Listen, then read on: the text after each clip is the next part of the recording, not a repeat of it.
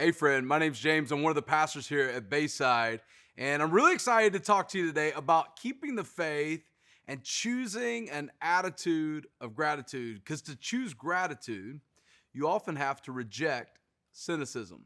I want to go to the second half of scripture. Paul writes this in 1 Timothy. He says, 1 Timothy chapter 1, verse 3.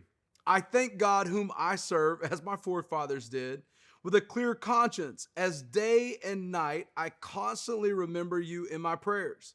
Recalling your tears, I long to see you so that I may be filled with joy.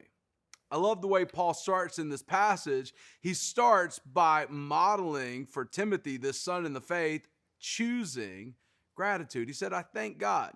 Well, listen, if there's one thing we know about Paul and his circumstances would have lended to an attitude of cynicism and not gratitude.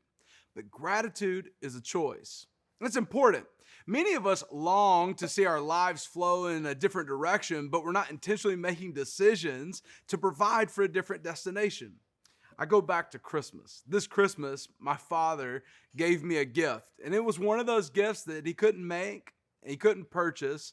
It was one that meant a lot because it came from the memory bank. It was one he had to hold on to. He brought this to me. It's the North Jefferson News from Alabama. It's a picture of a 2-year-old boy diving into the arms of his father.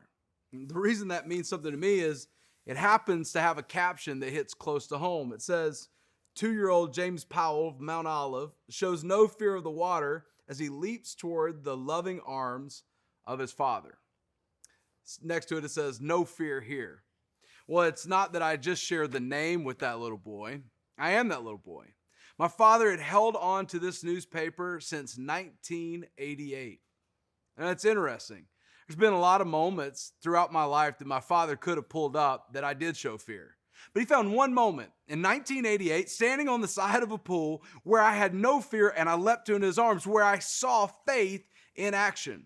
And because my dad went back to that mile marker and brought it into this moment by expressing gratitude for the memory, it becomes a directive for my life. I go back to that and I go, wow, if I had the faith of a child as a child, what would it look like to live that way now?